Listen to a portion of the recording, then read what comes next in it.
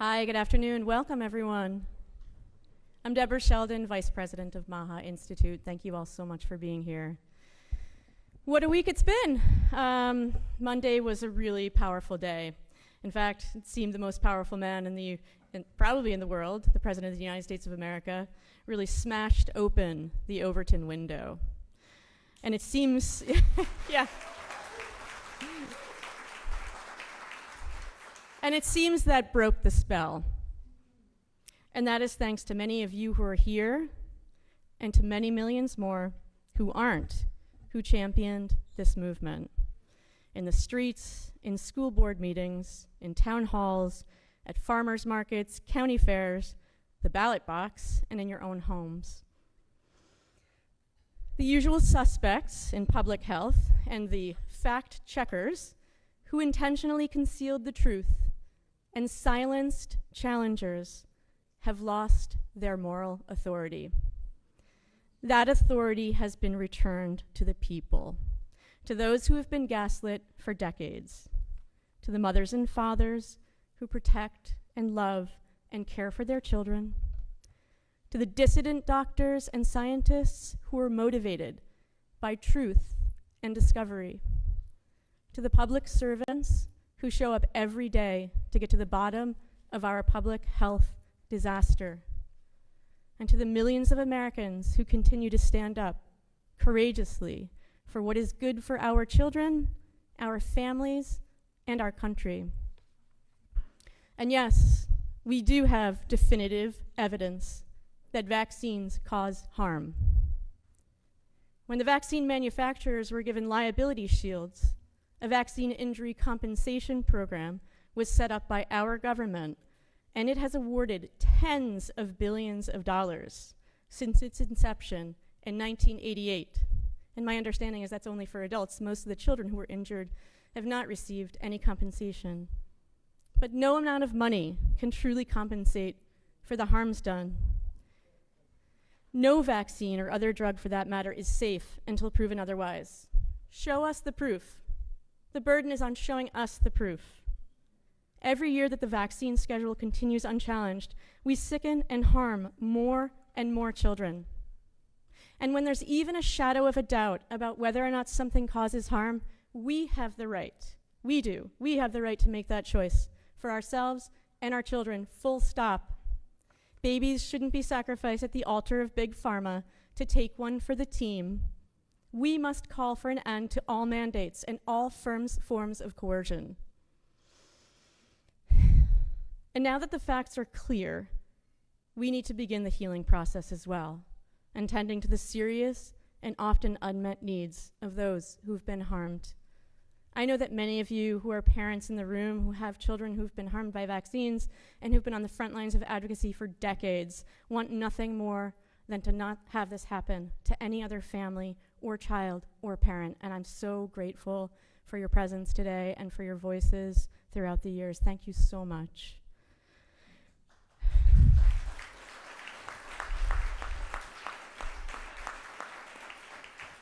So the healing journey is really part of the primary motivation for us gathering today in the nation's capital.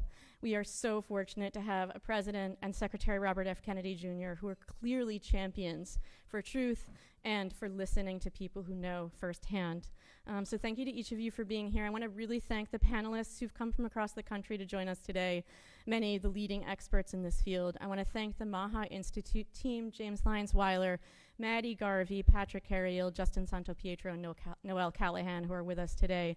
I think we also should just really thank the entire administration, the sort of dream team that's come together, including, in addition to the President and the Secretary, Drs. Jay Bhattacharya, Marty McCary, and Mehmet Oz.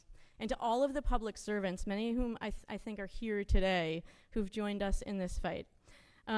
Now, please join me in welcoming someone who's been a national leader in this movement. He's considered one of the bravest men in publishing. He's the founder and president of Skyhorse Publishing, and someone who's truly changing the cultural understanding of both what is possible and what is good.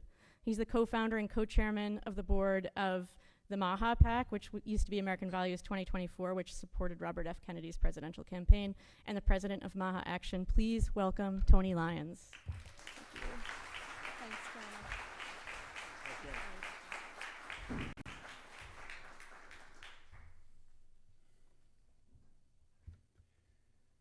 So I'm going to start off by saying a few things that is not going to be news to most of you here, but I think for some of the media who's here and for some of the coverage, it's important to say. So what if everything you've been told about public health, about children's health, is just a lie? What if all the newspapers, all the magazines, the TV shows, the public health officials in the government, our doctors, our scientists, have told us things that just aren't true? And so the question is, can we wrap our hands around that? Can we believe that we've been lied to, that it's not our fault, and that we can have something better now? And I think if you look at the facts, so one of the facts is that we spend 3 times what any other country of the 30 industrialized countries spends on healthcare, and we have health outcomes at the very bottom. So how can that happen? And I think the way that can happen is if you prioritize profits over people. I can't think of any other way that that can happen. So I think, it's interesting that people go all around the world for treatments of all kinds. People go to Germany for treatments for Lyme disease that are really state-of-the-art, or for knee surgery that's state-of-the-art, or they go to the Bahamas or to Mexico to get stem cell treatments. So why is that? We're this incredibly rich and powerful country with, the best hospitals, the best scientists, the best technically speaking, but we're just failing so incredibly badly. And so, you can read the New York Times, and there's a New York Times reporter here today, and I told her I was going to say this. So the question is, the New York Times tells you that President Donald Trump is a danger to public health, that Secretary Kennedy is a danger to public health. But you look at what the experts have really given us, and the experts have so clearly failed the American public. And the fact that they're being pushed aside isn't a danger to anybody other than the companies that they've been supporting, other than the companies that they've taken money from, that our politicians are taking money from, that all of our newspapers and TV shows are taking so much of their budget from through advertising. So, every claim, every fear that these people say they have, all of those things have already happened. That our children are the sickest children on earth. So, that ship has sailed. We need to make our children healthy again. And that's not going to happen by allowing the status quo to kind of continue.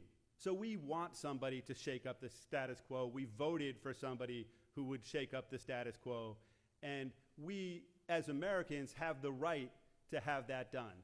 And so what we need to do is make sure that we support Secretary Kennedy and President Trump in his efforts to really do a better job. So, there's a reason that Secretary Kennedy became a folk hero to so many people. There's a reason that there's this deep hunger for change, and that is that people, many of you here, suffered firsthand. That that you were lied to. That so much has happened that should be against the law, and that we haven't been protected, and that somebody like Bobby Kennedy, you look at Bobby Kennedy, and he said so clearly that, he believes that he's doing this, he's doing the work that he's doing now because he was put on this earth to do it, not to be more famous, not to get more power, not for any other reason that he wants to help cure the American public, help protect our children. And nothing could be more noble than that.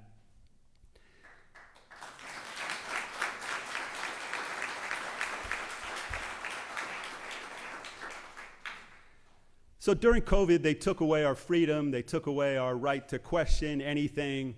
They took down books that I published from Amazon, from all kinds of platforms. Doctors, many of the doctors who are here were censored, were deplatformed, taken down from every major tech platform. Bobby Kennedy was deplatformed everywhere.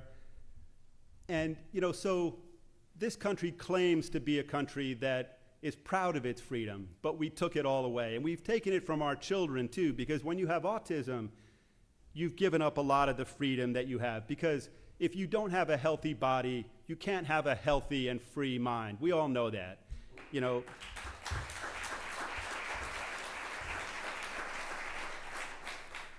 And Bobby Kennedy says, a sick child has one dream, and that's to get healthy. And a healthy child has 1,000 dreams, has all kinds of dreams, has the ability to have hope and to have a sense of the future. And we've taken that from our children. When you have OCD or apraxia or tics or neurodevelopmental disorders or sensory processing, gut problems, brain problems, not to mention the just incredible frustration that children must have, that children obviously have when they can't communicate, when they can't connect, when they can't read or write. So, so much has happened to these children. And what's happening now is that we have the possibility of reversing all of that. And you see that parents who've been hopeless for so long, parents who've been told by their doctors, by the government, by the newscasters, that their children had no future.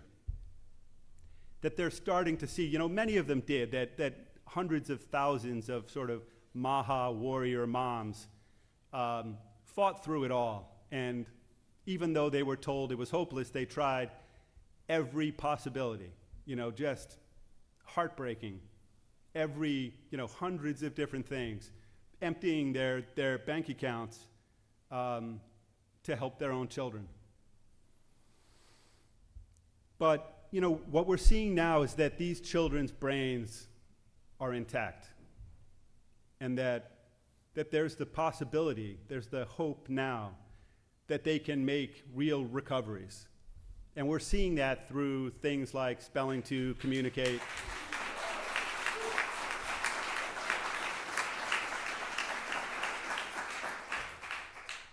Through things like Spelling to Communicate or RPM, and if you watch things like the telepathy tapes, you'll really see that maybe anything's possible. Maybe science really is open. Maybe it's possible that we can disagree, we can look at things from 1,000 different directions and see real progress versus the idea that Fauci had, but it wasn't just Fauci. Fauci said, "I am science."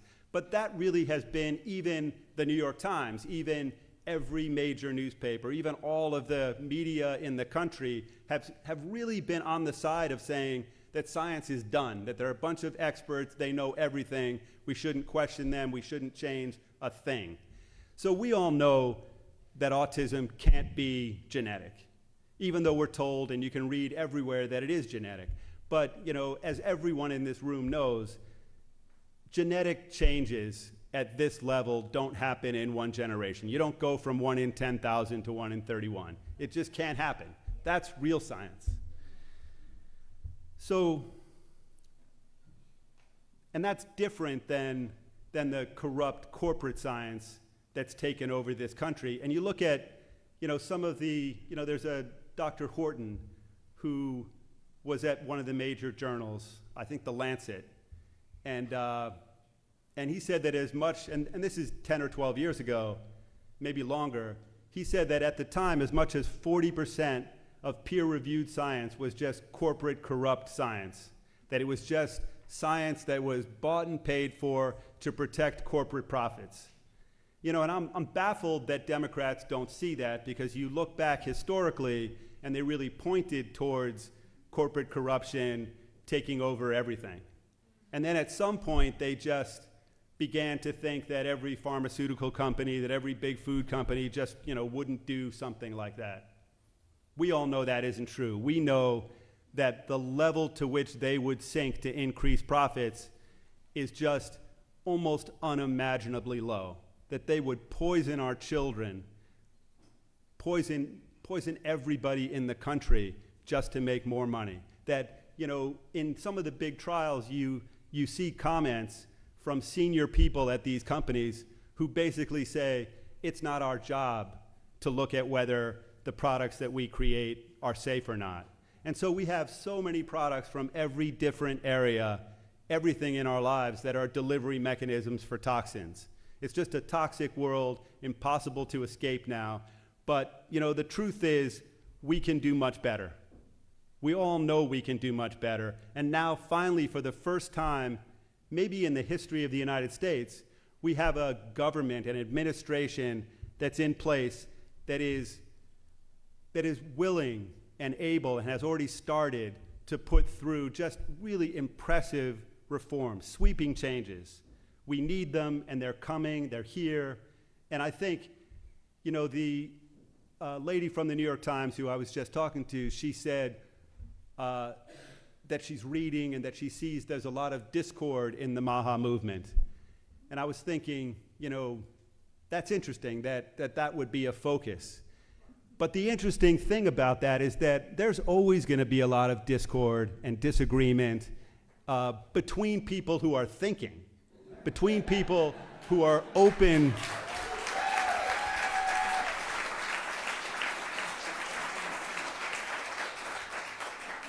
Because if you're not brainwashed, if you're really free, you're going to think about everything, and you're going to read everything, and you're going to really try to get to know yourself, your own body. You're going to talk to your doctor. You're going to research it, get to know your own child really well. And what's true for one person isn't going to be true for another person. So people can really disagree authentically, and they can come to different conclusions generally, or different conclusions based on what they know about themselves or what they know about their children. So that's good. That's healthy. That's something we should be proud of. That's what everybody ought to do. So, you know, that's the kind of discord we should aspire to. So I'm proud of the MAHA movement for not being brainwashed in any direction.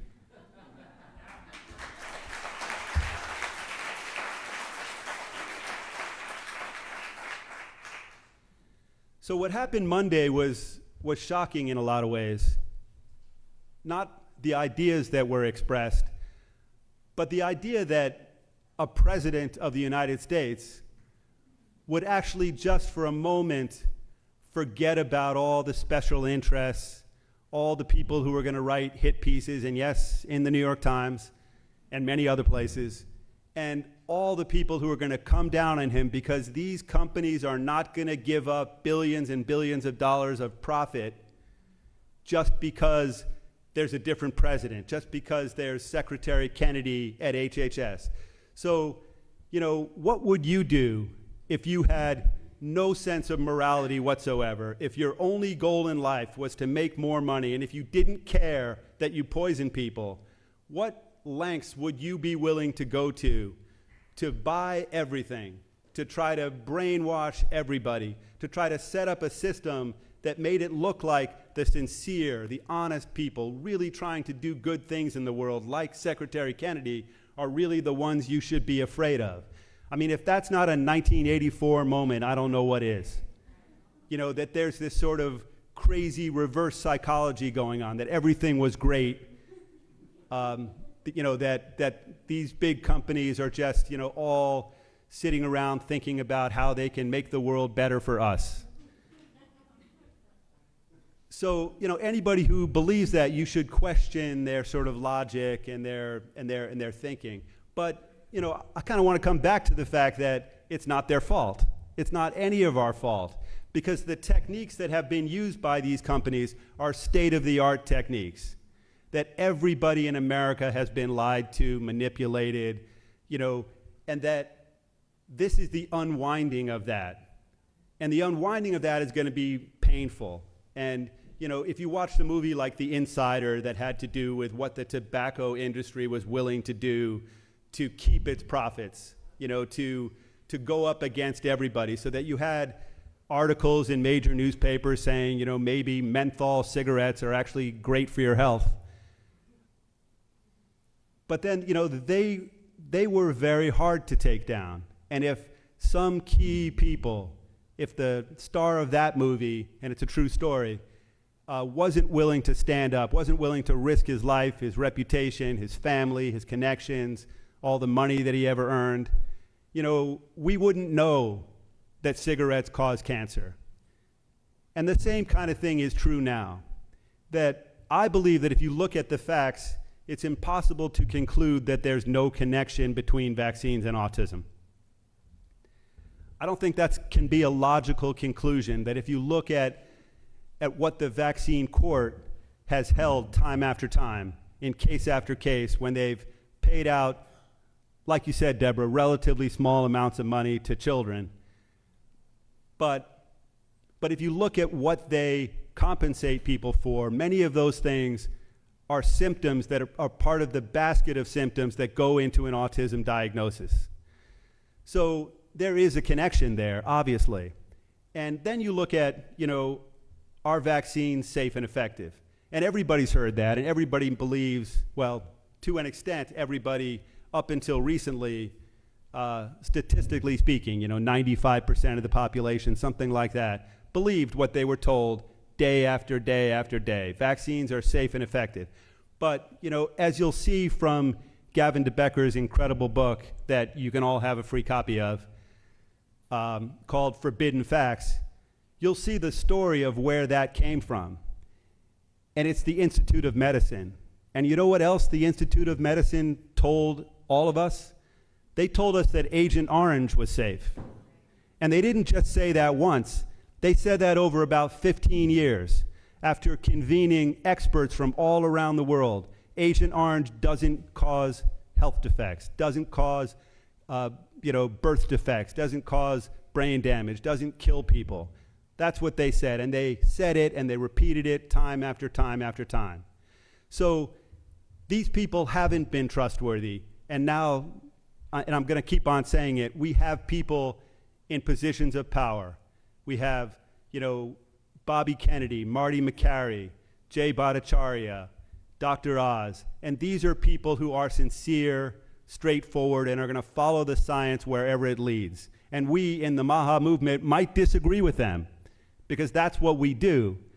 And, you know, there will be a dialogue, and they'll keep coming out, and they'll keep doing better and better science, and I hope they get to real answers, because they're not going to sleep till they get there. And I know how hard Secretary Kennedy works. He's at this day and night.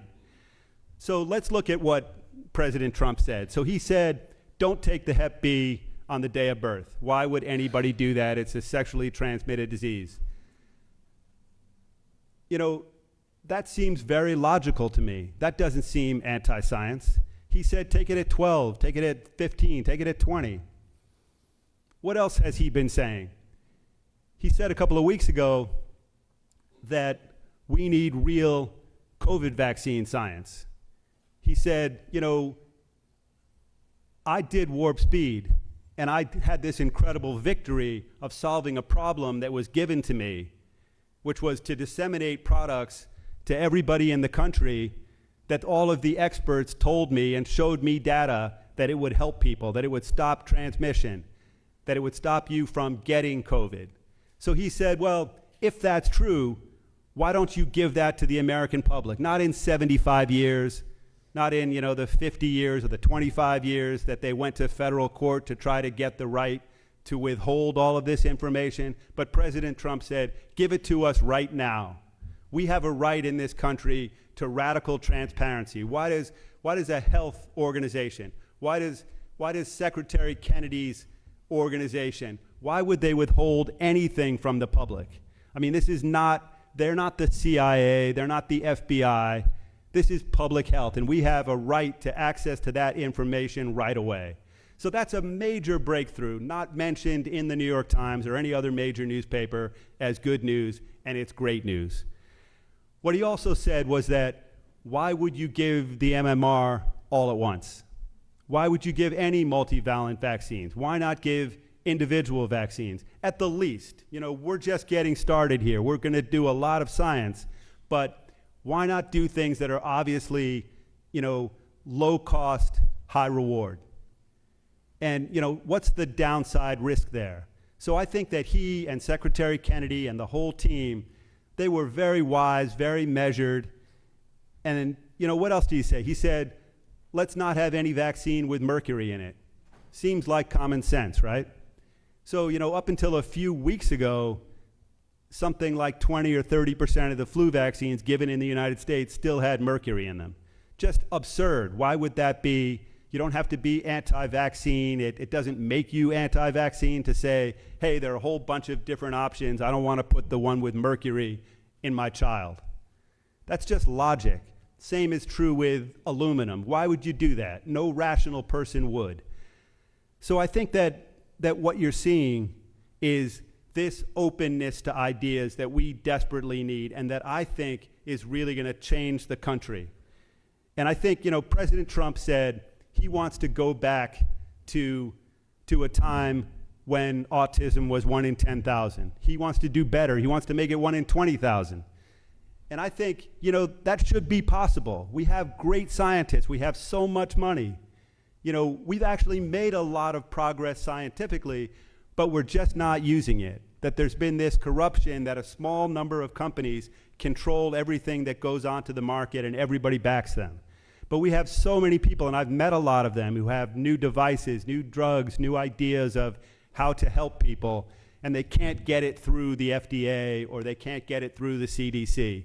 So, when that's fixed, I think we can have an explosion of innovation, that we can have an explosion of new ideas and of things that really benefit the American public, rather than have a system that's just taking from the American public to benefit these companies. So I guess I'd like to start to wrap up by saying that the autism moms really have been the heroes in this whole story. And I mentioned it before, but they really stood up to anybody, and they were treated so badly. They were treated like they were crazy. They were told, by their doctors, your child will never do anything. A laundry list of things that their children would never do. And yet they didn't abandon their children. They didn't put them away in an institution. They didn't give up. Like I said before, they tried hundreds of different options. They read everything. They were desperate to help their children. And then, so to have a media then who essentially makes fun of them, who attacks them, who says that they're anti-science, that they're crazy, they're conspiracy theorists. Once again, think 1984. And, these mothers have just made it through all of it. And this is the time. This is their time. And I would dedicate this time to all of them. Because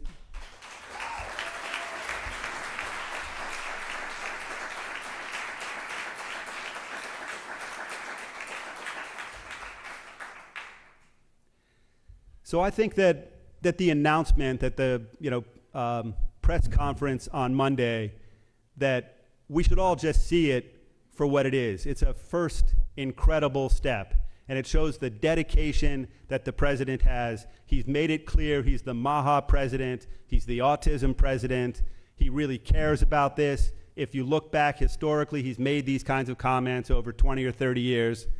He's not going to stop. He's not afraid of anybody. Secretary Kennedy is not going to stop. He's not afraid of any consequences. It's hard even now, I think, for the New York Times to write an article about him because there have been so many hit pieces that there's really nothing left to say. And what they've been doing is they've been attacking all the people around him. So you look at somebody like Stephanie Spear, who's just a lovely human being who's been working tirelessly with Secretary Kennedy around the clock, and yet they're coming after her, multiple hit pieces. Vanity Fair is doing one. So, I think we need to support all of those people. But what's going to happen is that, you begin to see the desperation, that they can't really, there's a limit to how many times they can go after certain people. So they're going to go after the whole sort of constellation. And then that's going to fail because none of those people are going to quit. None of us are going to quit. And we're going to keep fighting till we have a government in place, a media in place, corporations in place who are really going to protect us, who are going to look after what's best for the American people. And that's coming now. There's sweeping reforms happening, more to come. Press conferences, I think there are going to be dozens of them over the next 3.5 years. And I think we're going to be celebrating day after day that we should stick together, that there's just an incredibly bright future, and that, you know, this may be the tipping point, you know, that we were at this existential moment where maybe there wasn't a way to come back. And I think we've started to go in the other direction. So thank all of you for coming here. I'm thrilled to be here. I'm sorry I talked so long.